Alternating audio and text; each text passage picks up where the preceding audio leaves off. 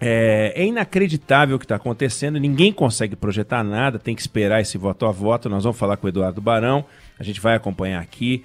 E antes de voltar a falar desse assunto, eu queria dizer que ontem a internet bombou, as redes sociais bombaram com uma imagem. A imagem do julgamento de um empresário acusado de estuprar uma jovem. Ele foi absolvido. Aí nas cenas, o que se vê é o advogado do empresário descascando com a jovem, falando barbaridade, ofendendo, sendo grosseiro, num grau que impressiona, assusta. Ele exibe fotos dela, algumas ele chama de ginecológicas, ele maltrata e o juiz não fala nada, fala quase nada. Aí o caso rendeu uma manifestação do ministro Gilmar Mendes e uma decisão do Conselho Nacional de Justiça de investigar a história. Esse caso é o tema da coluna do Rodrigo Aidar de hoje. Não perca, vai dar o que falar e tem o que discutir. Porque duas coisas bombaram nessa história nas redes sociais. Uma delas é fake news.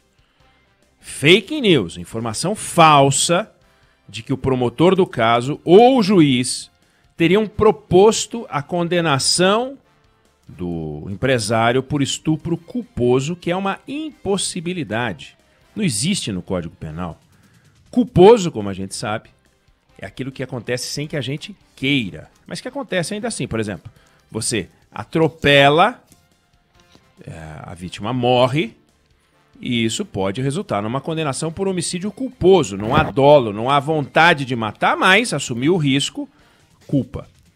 Então, o que circulou nas redes sociais, com uma força incrível, é a ideia estapafúrdia de que o promotor ou o juiz defenderam a tese de alguém que estuprou sem desejar estuprar. O Aidar vai explicar isso. Outro ponto, que é mais do que delicado, é sobre o comportamento do advogado e do juiz.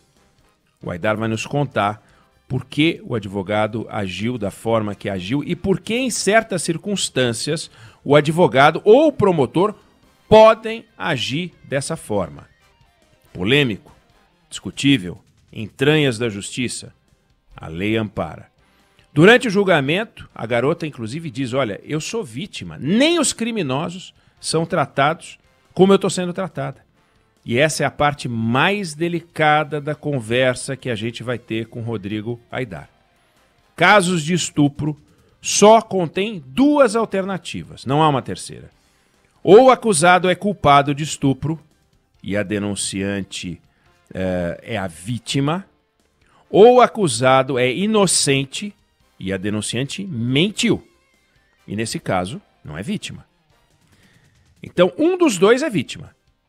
Ou quem sofreu estupro, se houve estupro e o outro é culpado, ou a denunciante de um crime que não aconteceu. Só depois da sentença é que você pode dizer quem é quem. Nesse caso, o juiz entendeu que o empresário era a vítima de uma denúncia falsa. Você quer ingrediente mais complicado para discutir? O Aidar vai falar sobre isso hoje, imperdível, fica conectado com a gente, discussão importante. Bom, eleição americana, claro que o que interessa para nós é saber quem vai ser o novo presidente. É uma eleição histórica, apertada. Falavam em lavada do Joe Biden. Lavada de quem, né? Falavam em vitória, que nesse ou naquele estado ele vai bombar. Deu Trump em lugares que ia dar Biden. Quer dizer, as pesquisas enlouqueceram completamente. É uma loucura o que está acontecendo por lá, nós vamos acompanhar. Agora, eu acho que vale a pena a gente discutir um aspecto dessa eleição, não para explicar como funciona exatamente a eleição, porque não vem ao caso, mas para a gente entender a lógica por trás desse sistema. Os Estados Unidos são realmente estados que se unem para algumas coisas e para outras coisas eles não se unem. Então, por exemplo, idade para dirigir. Você está num estado é uma idade, está em outro estado é outra idade. Eles não estão unidos na decisão sobre qual é a idade para dirigir. Pena de morte. Num estado tem, no outro não tem. Tem os crimes federais, evidente. Crimes que ligados ao tráfico de drogas, crimes envolvendo propriedades do governo federal, aí tudo bem. Mas do contrário, varia tributo, varia regra. E as eleições são o resultado de um pacto aonde os estados dizem, olha, nós nos unimos para escolher o presidente, cada qual dentro do nosso estado. A gente faz uma eleição em que a gente manda um número de delegados e lá eles vão decidir quem é o cara. Então, você tem estado aonde o eleitor vale mais e aonde o eleitor vale menos. Estados que mandam mais delegados, estados que mandam menos delegados. Se você vive num... E daí dentro do estado eles dividem em distritos. Aí você tem distrito com mais gente, distrito com menos gente. Distrito com mais gente, o voto do indivíduo vale menos. Distrito com menos gente, o voto do indivíduo vale mais. E eles entendem, e isso é muito curioso, para nós que temos um sistema onde cada cabeça é um voto para presidente da República, não é assim no Congresso Nacional, certo? Mas para presidente da República a gente entende que um eleitor de um estado pequeno vale tanto quanto um eleitor de um estado grande. O que parece bacana, mas o fato é que o peso de um estado como São Paulo na eleição federal é muito maior do que o peso de um estado como Roraima. Já nos Estados Unidos, eles montam de um jeito diferente. Então, você tem a ideia de que não se deve entregar a um estado com população maior o direito de escolher sozinho ou ter uma dominância na escolha do presidente. É uma forma de organizar. Inclusive, isso é um debate nos Estados Unidos eterno. Tem uma pesquisa que fizeram há 2 anos perguntando para os americanos se eles apoiariam uma emenda à Constituição, porque isso está na Constituição, essa forma de eleição, para escolher o presidente diretamente pelo voto popular, como é aqui no Brasil. Você contabiliza e acabou. E deu, mesmo essa deu dividida, deu tipo 55, 54 a 46, 45. Então, nos Estados Unidos isso é um debate constante, até mesmo lá.